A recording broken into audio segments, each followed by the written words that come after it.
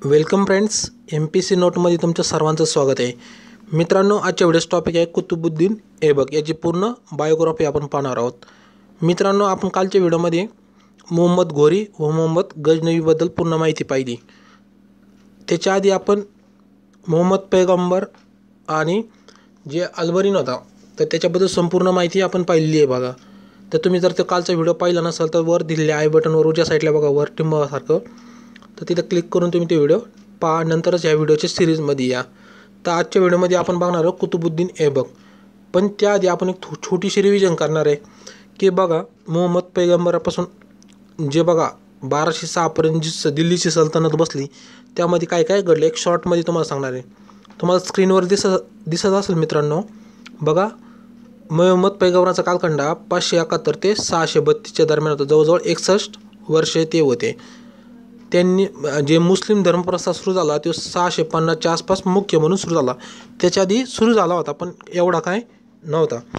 नंतर इसवी सन 650मध्ये बघा 18 वर्षानंतर मोहम्मद पैगंबराच्या वारल्यानंतर तर मुस्लिम जे धर्मप्रसार सुरू झाला तो आफ्रिका आणि अरब या देशामध्ये प्रथम सुरू झाला.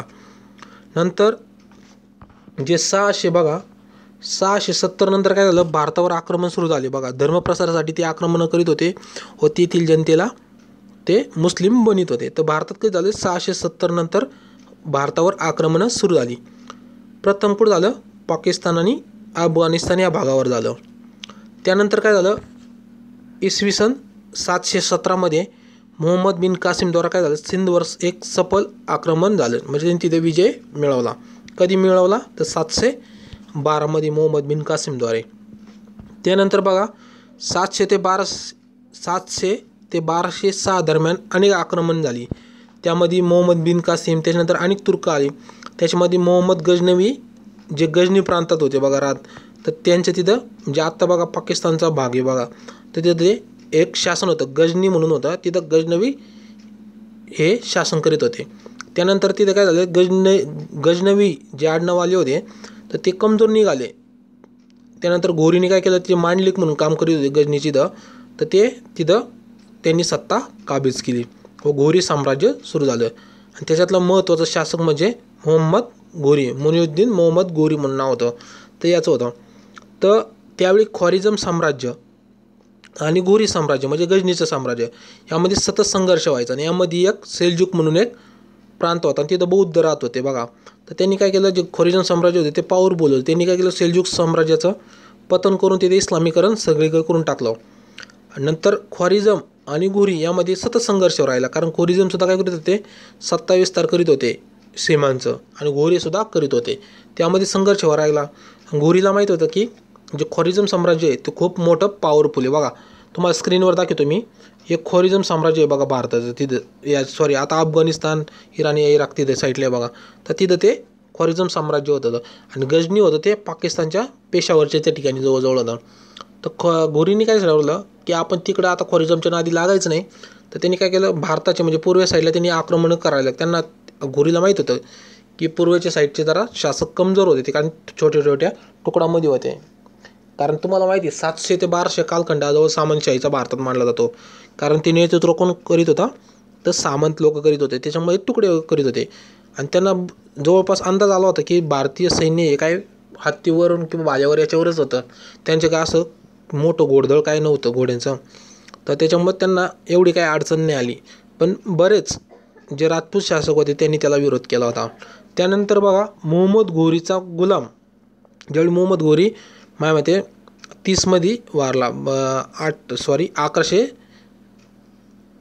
1206मध्ये मोहम्मद घोरी हा वारला. त्याच्यानंतर जे कुतुबुद्दीन ऐबक आहे बघा, तर ते ज्याला दिल्ली जिंकल्यानंतर तिथला भाग चालवण्यासाठी दिला होता, त्यानंतर तो सुलतान म्हणून त्याला काय केलं, तुर्क सरदारांनी प्रशासन चालवण्यासाठी मुभा दिली किंवा मान्यता दिली. त्यानंतर पहिला सुलतान जो गुलाम वंशचा बघा कुतुबुद्दीन ऐबक होता. तर आपल्या मेन फोकस आता पुढच्या याच्यामध्ये आपण संपूर्ण जी दिल्ली सल्तनत आहे बघा त्यामधलं पहिला टॉपिक म्हणजे गुलाम वंश पाहणार आहे. आणि त्यानंतर जे इतर आहेत तर ते सुद्धा आपण माहिती. तर आपण आहे ना आज बघा दिल्ली सल्तनतमध्ये थोडक्यात माहिती करून घेऊ. बघा दिल्ली सल्तनतमध्ये गुलाम वंश किंवा मामलूक किंवा दास वंश म्हणून जे 1206 ते 1290 यामध्ये जवळजवळ 84 वर्ष यांनी राज्य केले. गुलाम वंशमध्ये तुम्हाला माहीत असेल पहिल्यांदा कोण होता? कुतुबुद्दीन ऐबक होता. त्याच्यानंतर आसम शाह म्हणून होता त्याचा मुलगा तो, नंतर इल्तुमिश, नंतर रजिया, नंतर बलबन हे गुलाम वंशमधले महत्त्वाचे शासक होते. त्यामध्ये बलबन आणि इल्तुमिशवर जास्तीत जास्त आपल्याकडे काय करतात? क्वेश्चन बनतात. आपण त्याच्यावर सुद्धा क्वेश्चनची सिरीज आणलेली बघा मित्रांनो, ती आपण पूर्ण पाहणार आहे नंतर व्यवस्थित. बघा खिलजी वंश, दुसरं जे शासन होतं ते खिलजी, पहिलं होतं गुलाम वंश, आता कोणतं आहे? खिलजी. नंतर आहे तुगलक वंश. खिलजी वंश होते 1290 ते 1320, जवळजवळ 30 वर्ष यांनी काय केलं? शासन केलं. नंतर तुगलक वंश त्यांच्यानंतर 1320 नंतर ते 1414पर्यंत त्यांनी राज्य केलं. त्याच्यानंतर जे सय्यद वंश याच्यावर जवळजवळ खूप कमी क्वेश्चन विचारतात, ते होतं 1414 ते 1451 या दरम्यान होतं. आणि लोधी वंश 1451 ते 1526 नंतर. तर तुम्हाला माहिती 1526 नंतर मुघल वंश जे बाबर वगैरे आले बघा, आणि सूरवंशमधला शेरशाह सुरी, त्याचं चांदीचा रुपया म्हणून फेमस आहे. तर त्याच्यावरती क्वेश्चन हमखास आपण त्याच्यावर संपूर्ण डिटेल पाहणार आहोत. तर व्हिडिओ सुरू करण्याआधी मित्रांनो तुम्हाला सर्वांना विनंती आहे की जर आपल्या MPC नोट चॅनलला तुम्ही अजून सबस्क्राईब केलं नसेल नक्कीच सबस्क्राईब करा, कारण तुमचं एक सबस्क्राईब आमच्यासाठी खूप बहुमोल ठरणार आहे. तर मित्रांनो पहा, दिल्ली सल्तनत बघा, ह्याच्यामध्ये तुम्हाला स्क्रीनवर दिसत असेल कुतुबुद्दीन ऐबक आहे बघा, हा इल्तुमिश आहे, ही रजिया आहे आणि हा बलबन आहे. यांचे ओरिजिनल चित्र आहे बघा, जे डायग्रामवर आहे दाखवलेले. तर बघा कुतुबुद्दीन प्रमुख शासक बघा दिल्ली सल्तनत, मी सांगितलं तुम्हाला एकदा, पुन्हा एकदा पहा. कुतुबुद्दीन ऐबक गुलाम शासक आहे बघा पहिले. तो कुतुबुद्दीन ऐबक हा पहिला होता 1206 ते 1210 दरम्यान. नंतर इल्तुमिश 1210 ते 1236 याच्या दरम्यान होता. इल्तुमिश इथं डायग्राम आहे, सॉरी चित्र आहे. नंतर रजिया बघा 1236 ते 1240च्या दरम्यान हिने शासन केलं, खूप कमी 4 वर्ष शासन केलं. तर तिला आपण ते रजियावर सेपरेट टॉपिक बनवणार, आपण त्याच्यामध्ये डिस्कस करणार आहे. नंतर बलबन 1265 ते 1287 दरम्यान यांनी राज्य केलं. तर पहा मित्रांनो, आपण त्याच्यावर काय केलेत, काही क्वेश्चन बनवले आहेत बघा कुतुबुद्दीन ऐबकवर. आधी आपण क्वेश्चन पाहणार आहोत, नंतर त्याची काही माहिती जी डायग्राम पिक्चर अवेलेबल ते पाहणार आहोत. नंतर त्याच्याबद्दल आपण पूर्ण ॲनालिसिस म्हणजे नोट्स आहेत ते पाहणार आहोत. बघा प्रश्नावलीमध्ये कुतुबुद्दीन ऐबकबद्दल बघा. पहिला प्रश्न, कुवत उल इस्लाम कुतुब मिनार आणि अडायदीन का झोपडा हे कोणी निर्माण केलं?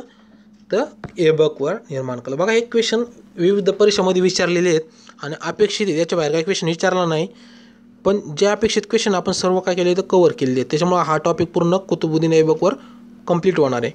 नंतर कुतुब मिनार निर्माणमध्ये कोणाकोणाचे योगदान होते असं क्वेश्चन म्हणू शकतो. खालीपैकी कोणी कुतुब मिनारमध्ये योगदान दिलं आहे निर्माणमध्ये.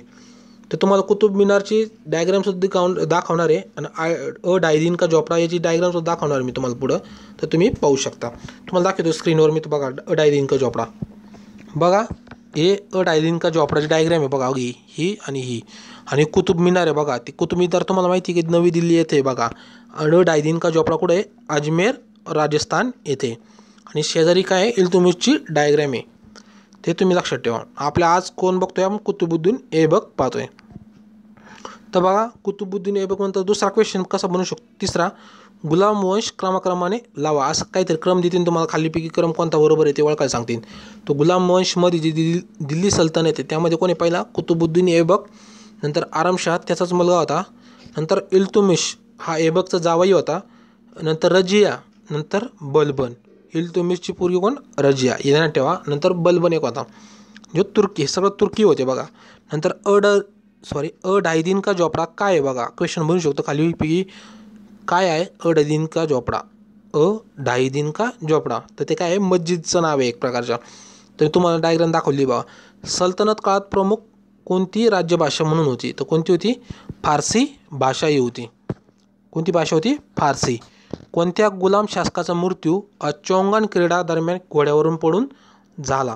इथं झाले तर कोणत्या? कुतुबुद्दीन ऐबकचा मृत्यू झाला होता. नंतर कोणाला कुरान खान म्हणून म्हणत होते किंवा कुरान खा म्हणत होते?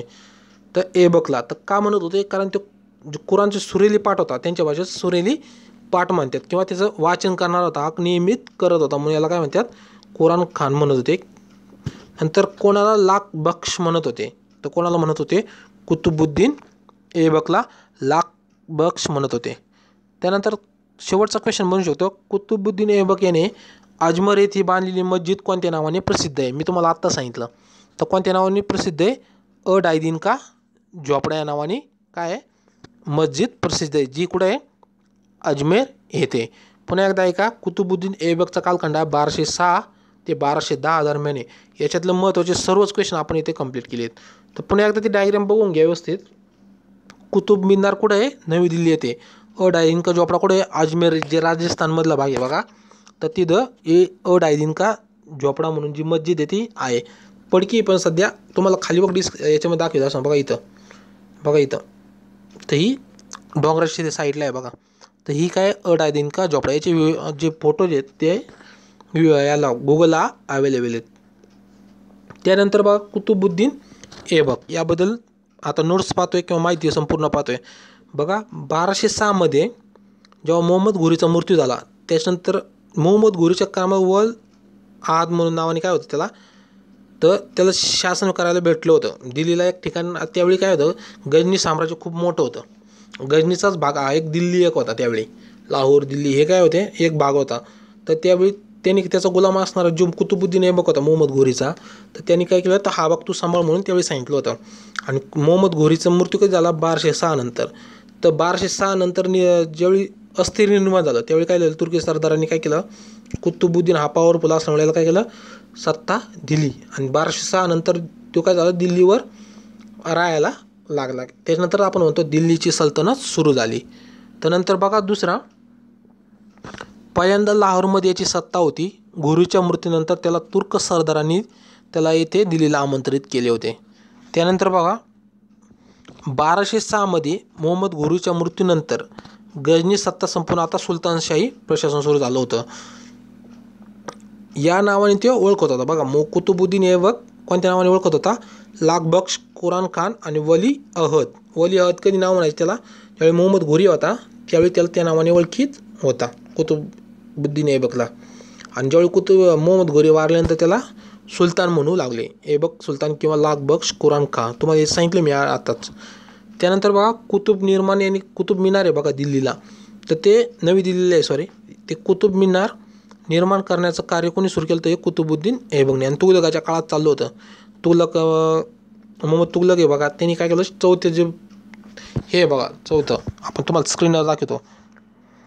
हे फर्स्ट आहे, हे सेकंड आहे, थर्ड आहे आणि हे फोर्थ आहे बघा. हे जे निर्माण काम केले तुघलकाच्या काळात झाले, तर त्यावेळी होतं. त्यानंतर बघा त्याने मस्जिद निर्माण दिल्लीत केले बघा. त्याला कुवेत इस्लाम व डायदीन का झोपडा या अजमेरमध्ये निर्माण केलं. दिल्लीत काय निर्माण केलं? कुवेत इस्लाम. त्यानंतर त्याचा मृत्यू झाला 1206 मध्ये. चौगा खेळताना काय घोड्यावरून पडून त्याचा मृत्यू झाला होता 1206 मध्ये. त्यानंतर त्याचा मुलगा 1210 मध्ये कुतुबुद्दीनचा मृत्यू झाला. आणि 1206 मध्ये कोणाचा मृत्यू झाला?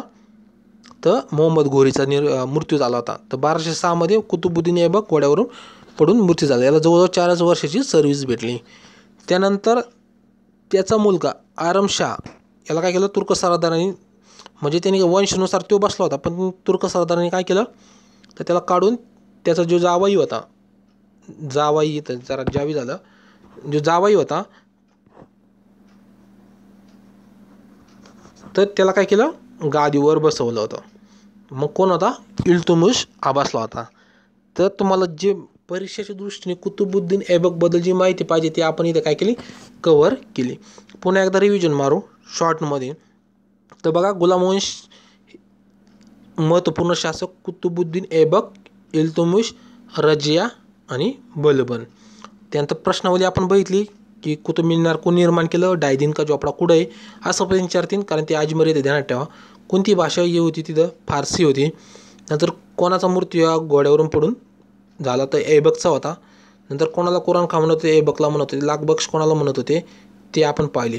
आता सल्तनत काळी जे प्रशासन चालवत होतं त्याच्यावर आपण सल्तनतकालीन प्रशासन म्हणून यावर सेपरेट लेक्चर बनवू. तर त्याच्यानंतर बघा तुम्हाला डायग्राम पण दिली समजण्यासाठी मी थोडीफार. तर कुतुब मिनार कसं नवी दिल्लीमध्ये, डायदीन का झोपडा अजमेरमध्ये कुठं आहे, इल्तुमिशची दिली डायग्राम. ॲक्च्युली इथं कुतुबुद्दीन ऐबकची द्यायला पण होती, ती चुकून नाव काय झालं, इल्तुमिश झालं आहे. तर ते काय आहे, कुतुबुद्दीन ऐबक आहे बघा. तर त्याच्यानंतर बघा त्याला त्यांनी जी निर्माण केलेली मस्जिद बघा दिल्लीत काय केलं, कुवेत इस्लाम केलं आणि डायदीन का झोपडा म्हणून अजमेर येथे बांधली. त्यानंतर त्याच्या काळात कुतुब मिनारला काय झालं, निर्माण करायला सुरुवात झाली होती. तर त्याचा मृत्यू हा 1210 झाला आहे. असे आपण महत्त्वपूर्ण असे काय केले टॉपिक कव्हर केले. तर मित्रांनो, तुम्हाला हा व्हिडिओ कसा वाटला नक्कीच कमेंट करून सांगा. जर व्हिडिओ आवडला ना नक्कीच व्हिडिओला लाईक करा आणि आपल्या चॅनलला जर तुम्ही सबस्क्राईब केलं नसेल नक्की सबस्क्राईब करा, कारण तुम्ही सबस्क्राईब केलं तरच कळतं की आपण जे व्हिडिओ बनवतो ते तुमच्यासाठी फायदेशीर ठरते. आणि व्हिडिओला नक्की लाईक करा, त्यावरून कळेल की आपलं जे व्हिडिओ आहे तुम्हाला नक्कीच आवडतो का नाही. तर मित्रांनो, आपल्या चॅनलला नक्की सबस्क्राईब करा. थँक्यू मित्रांनो, तुम्ही हा व्हिडिओ. जय हिंद, जय महाराष्ट्र.